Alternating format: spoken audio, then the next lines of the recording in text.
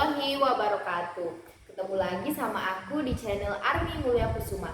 Seperti biasanya, aku akan mengupload video-video update terbaru. Nah, di video kali ini akan sangat berbeda dengan video-video aku sebelumnya. Karena di video kali ini aku akan membuat sebuah podcast bersama dengan adik saya. Dia adalah salah satu mahasiswi di jurusan zakat dan juga wakaf.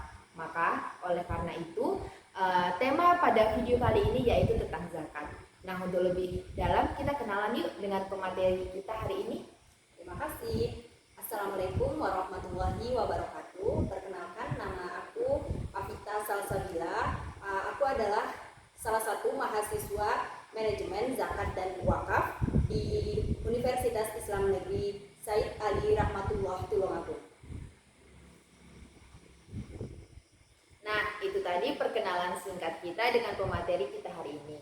Lanjut kita langsung ke inti dari podcast hari ini, yaitu membahas tentang zakat. Nah, jadi sebenarnya apa sih perbedaan dari zakat, infak, sedekah, dan juga fidyah? Bisa nggak dijelaskan secara lebih rinci gitu, biar kita juga sama-sama mengerti. Oke. Saya akan mencoba menjelaskan menurut sepemahaman saya sendiri. Sebenarnya zakat, infak, sedekah itu hampir-hampir mirip. Sebenarnya ada beberapa perbedaan yang mendasar di antara ketiga ini. Yang pertama, zakat, infak, sedekah. Ada beberapa perbedaan. Yang pertama itu terkait maknanya. Zakat sendiri itu bermakna mengeluarkan sebagian harta tertentu yang telah memenuhi syarat tertentu dan nantinya akan dibagikan kepada golongan-golongan tertentu. Sedangkan untuk infak sendiri adalah mengeluarkan atau membelanjakan harta kita untuk kebajikan di jalan Allah. Nah, sedangkan sedekah sendiri itu hampir mirip maknanya dengan infak. Hanya saja cakupannya lebih luas, tidak hanya sekedar materi seperti infak. Sedekah itu bisa juga seperti senyum pada orang lain, terus membersihkan hal-hal berbahaya di jalan, itu juga termasuk sedekah. Jadi tidak hanya soal materi seperti infak saja. Kemudian untuk fidyah sendiri secara bahasa itu artinya tebusan. Fidyah biasanya itu wajib dilakukan untuk membayar puasa yang ditinggalkan karena alasan tertentu. Biasanya ini dilakukan oleh ibu hamil yang tidak kuat puasa, kemudian lanjut usia. Nah, itu biasanya nantinya akan membayar puasa-puasa yang ditinggalkan tersebut dengan membayar fidyah. Seperti itu. Oh, berarti sedekah itu lebih ke sebenarnya nggak perlu materi ya, juga membantu orang, menyelamatkan orang lain juga termasuk sedekah. Oke, selanjutnya kita akan bertanya mengenai besarnya zakat yang harus kita keluarkan ketika berzakat. Berapa sih itu kisaran besarnya? Ada nggak pokok atau standar-standarnya? Oke. Zakat fitrah sendiri adalah zakat yang wajib dikeluarkan bagi umat Islam yang telah mampu menunaikannya. Besaran zakat fitrah sendiri adalah sebesar 2,5 kilo beras atau makanan pokok atau setara dengan 3 liter beras. Oh ya. Oke. Selanjutnya kan selain zakat fitrah tuh ada kan namanya zakat mal. Nah, pertanyaannya adalah seberapa nisab emas yang harus dikeluarkan zakatnya? Kemudian berapa persen untuk zakat mal? Nah, zakat emas dikeluarkan ketika harta emas yang kita miliki itu telah mencapai nisabnya. Berapa nisab dari zakat emas itu sendiri? Nisab dari zakat emas itu sendiri adalah sebesar 85 gram emas. Maka ketika harta kita sudah mencapai nisab yaitu 85 gram emas, misalnya seperti ini ya, 1 gram emas misalnya pada hari ini itu sebesar 500.000 1 gramnya. Kemudian kita kalikan dengan 85 gram emas. Nah, 5 kali 85 gram, 500.000 dikali dengan 85 gram emas itu kan sekitar 42.500.000. Nah, maka ketika harta emas kita itu sudah mencapai di atas 42.500.000, maka kita wajib menzakatinya. Berapa persentasenya? Persentase dari zakat emas adalah sebanyak 2,5% dari zakat emas, dari harta emas yang telah mencapai nisab tadi. Oke. Berarti perbedaan dari zakat mal dan zakat fitrah ini apa sih sebenarnya? Sebelumnya kita perlu tahu bahwa zakat fitrah itu kan zakat yang diwajibkan bagi setiap jiwa yang telah mampu menunaikannya dan ditunaikan pada bulan Ramadan. Sedangkan zakat mal sendiri adalah zakat yang diwajibkan untuk setiap harta yang telah mencapai nisab dan juga memenuhi haul. Maka dapat disimpulkan bahwa perbedaannya itu ada dua, yaitu terletak pada objeknya dan juga terletak pada waktu pembayarannya. Di mana objek zakat fitrah ini adalah setiap jiwa, sedangkan kalau zakat mal itu setiap harta. Nah, kapan sih perbedaan waktunya itu? Kalau zakat fitrah kan dibayarkan pada bulan Ramadan, sedangkan kalau zakat mal itu dibayarkan ketika harta yang kita miliki itu, zakat mal itu dibayarkan ketika harta yang kita miliki telah mencapai 1 tahun atau disebut juga dengan haul. Oh iya, benar. Sebenarnya ingin bertanya tadi nih, siapa aja sih sebenarnya wajib mengeluarkan zakat fitrah dan zakat mal? Ternyata udah dijawab sebelumnya oleh pemateri kita. Wah, luar biasa ya. Oke, lanjut ke pertanyaan selanjutnya, yaitu mengenai apakah orang dengan gangguan jiwa atau sedang tidak sehat itu jiwanya, apakah wajib mengeluarkan zakat? Karena kan dia tetap bernyawa atau berjiwa gitu. Oke, seperti yang kita ketahui bahwa salah satu dari banyaknya syarat untuk berzakat adalah orang atau seseorang itu balik atau berakal. Nah, seperti kita tahu bahwa orang yang sakit jiwa itu dia tidak berakal. Meskipun dia sudah balik, tapi dia tidak berakal. Maka orang sakit jiwa tidak diwajibkan untuk membayar zakat.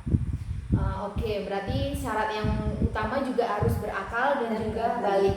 Oke. Nah, sekarang ini kan kita lagi di masa pandemi nih, pasti udah nggak asing lagi kalau orang-orang tuh bilang, wah penghasilanku menurun, bahkan sangat-sangat drastis gitu. Nah, jika penghasilan menurun seperti ini, apakah wajib mengeluarkan zakat seperti zakat mal misalnya gitu? Oke. Kita lihat dulu pada saat orang itu menyatakan bahwa pendapatannya itu mengalami penurunan, kita lihat dulu apakah penurunan pendapatan itu masih di atas batas nisab seperti itu. Kalau misalnya penurunannya itu masih di atas batas nisab, maka orang tersebut tetap wajib zakat.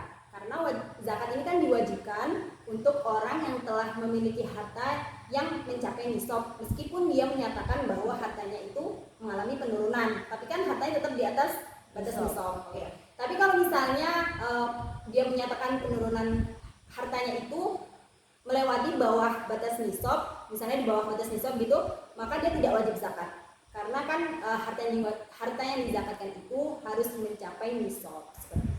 Nah, ini juga pengetahuan bagi teman-teman bahwa zakat mal itu harus sesuai dengan nisab. Jadi jangan sok-sok hanya karena tetangga kita atau orang-orang itu terlihat kaya kita mencap, dia kok nggak zakat.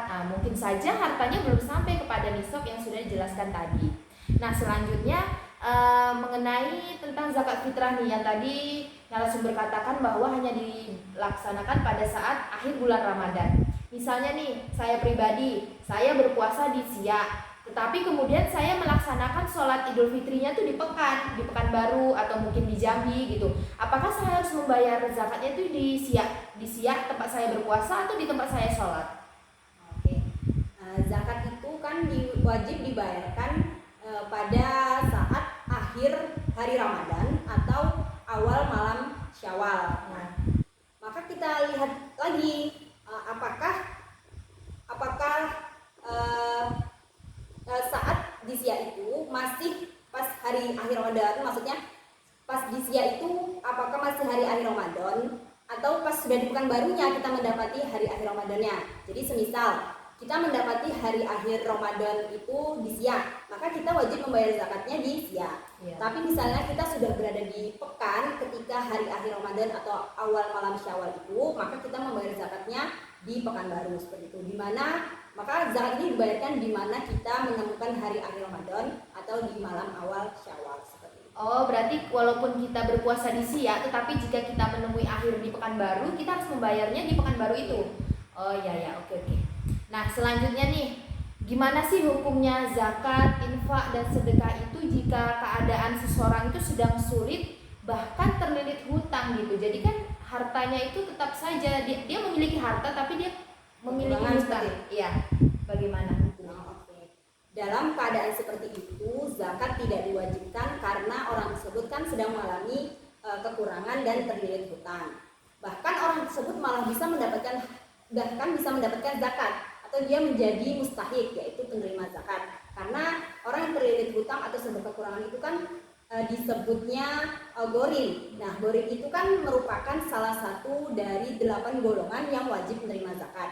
Nah, sedangkan untuk infak dan sedekah sendiri kan itu tidak wajib dilakukan, hanya meskipun dianjurkan. Jadi kembali lagi ke diri orang tersebut, apakah dalam keadaan kekurangan tersebut masih ingin berinfak atau bersedekah, itu kembali ke diri mereka masing-masing. Oh, berarti kalau untuk zakat tidak diwajibkan karena dia memiliki hutang, tapi infak dan sedekah bisa kembali ke diri masing-masing. Walaupun kita kekurangan, kita tetap boleh infak dan sedekah. Karena udah dijelaskan tadi kan, sedekah kan nggak harus memberikan uang, nggak harus memberikan makanan, menolong orang jatuh, menolong orang sakit, itu termasuk dalam sedekah. Nah, selanjutnya nih, untuk mempertegas pemahaman kita, apa sih syarat seseorang itu wajib mengeluarkan zakat? Sebenarnya ada beberapa syarat wajib seseorang itu mengeluarkan zakat. Yang pertama itu kepemilikan harta telah dimiliki secara sempurna. Kemudian harta yang dimiliki itu sudah mencapai nisab, yaitu batas minimal. Kemudian harta yang dimiliki itu bisa berkembang secara produktif. Kemudian kepemilikan harta tersebut telah dimiliki selama 1 tahun. Kemudian harta tersebut terlepas dari utang. Dan yang paling penting, harta yang dimiliki tersebut telah melebihi dari kebutuhan pokok. Seperti itu. Oh, berarti tadi dikatakan bahwa harta itu harus melebihi kebutuhan pokok. Misalnya nih, hartanya itu udah mencapai nisab, tetapi kebutuhan pokoknya tidak terpenuhi. Berarti dia belum boleh zakat. Biasanya kebutuhan pokok itu sudah terpenuhi dulu, baru makanya dia mencapai harta yang mencapai nisab. Oh, berarti harus terpenuhi dulu kebutuhan pokok, baru dihitung nisabnya.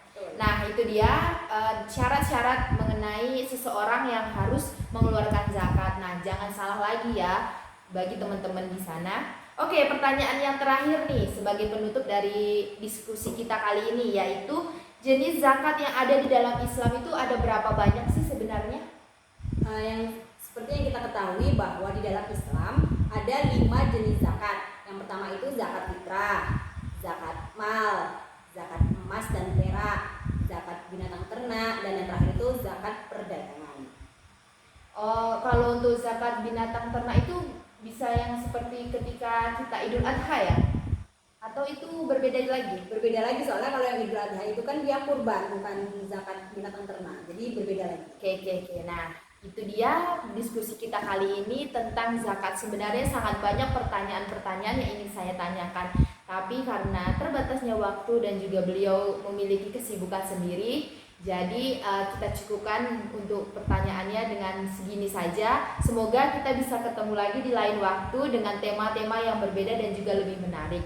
Nah, sekian video kali ini. Terima kasih atas segala perhatiannya. Saya dan juga narasumber undur diri. Kami ucapkan wassalamualaikum warahmatullahi wabarakatuh.